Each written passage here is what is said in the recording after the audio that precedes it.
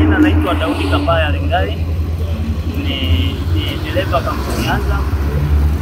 Natoka mpaka wa Burundi Kabanga naelekea Dar es Salaam. Na watu wa fire tunawaita watu wanaohusika na moto, hasa hususan kwenye vyombo vya moto hapa maeneo ya Morogoro. Kweli nimepata elimu ya kutosha hususan kwenye swala la uzimaji wa moto kwenye vyombo vyetu tunavyovitumia. Nimejua namna ya kutumia mtungi kwa ajili ya kuzima moto.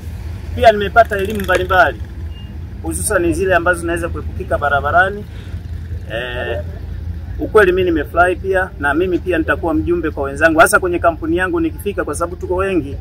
Basi kwenye vikao vyetu vile vya dharura nitakuwa mjumbe kwao.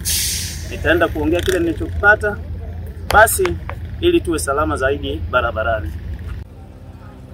Naitwa Steven Mason, ni balozi wa usalama barabarani, ni mwenyekiti wa balozi wa usalama barabarani kwa Morogoro. Nipende kusema ya kwamba swala la usalama barabarani ni jukumu la kila mmoja wetu. Kushirikiana Watanzania wote kwa pamoja kuhakikisha kwamba kila mmoja anakuwa balozi wa kutoa taarifa na kukemea na kutoa elimu kuhusiana na ajali za barabarani, lakini kuhusiana pia na matumizi sahihi ya barabara zetu. Inawezekana tukishirikiana kwa pamoja kutoa elimu kwa madereva, kwa makundi mbalimbali, madereva wa daladala, bajaji, mabasi, malori.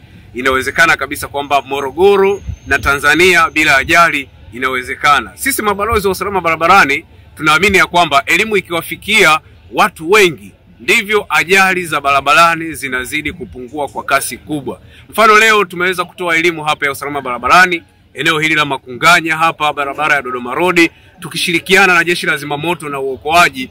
Watu wameitikia vizuri, watu wamepata elimu na wengi wameelewa, na wameahidi ya kwamba elimu hii walioipata kutoka jeshi la zimamoto na uokoaji pamoja na elimu ya usalama barabarani kutoka kwa mabalozi wa usalama barabarani wataenda kuwaambia na wengine na wataifanyia kazi. Kwa hiyo tunashukuru sana jeshi la zimamoto na uokoaji kwa kuandaa hii presentation ya leo, na Mungu awabariki sana. Asante. Malipo wa jeshi la zimamoto na uokoaji kwa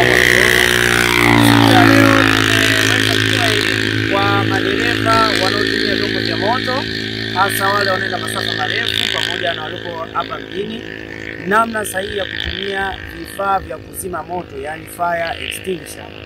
Tumetoa elimu hii na wengi wameipokea, ikiwa lengo mahususi iwapo imetokea ajali ya barabarani na moto umetokea katika chombo chao cha usafiri, waweze kudhibiti kusaidia kwa haraka zaidi pindi moto unapoanza na ukiwa dogo. Kwa hiyo kwenye hili tumeshirikiana na wenzetu pia mabalozi wa usalama barabarani katika kufikisha elimu hii kwa nafasi ile inayowezekana, na tumefanikiwa, na hatutaishia leo bali ni muendelezo. Kwa sasa tumeanza Makunganya, lakini tutaendelea, tutafika Msamvu, tutafika Mafiga na sehemu nyingine zote ambapo tunawapata madereva na abiria kwa pamoja, tunawapa elimu, na hakika kuyazingatia haya ni muhimu. Majanga ya moto yanaepukika.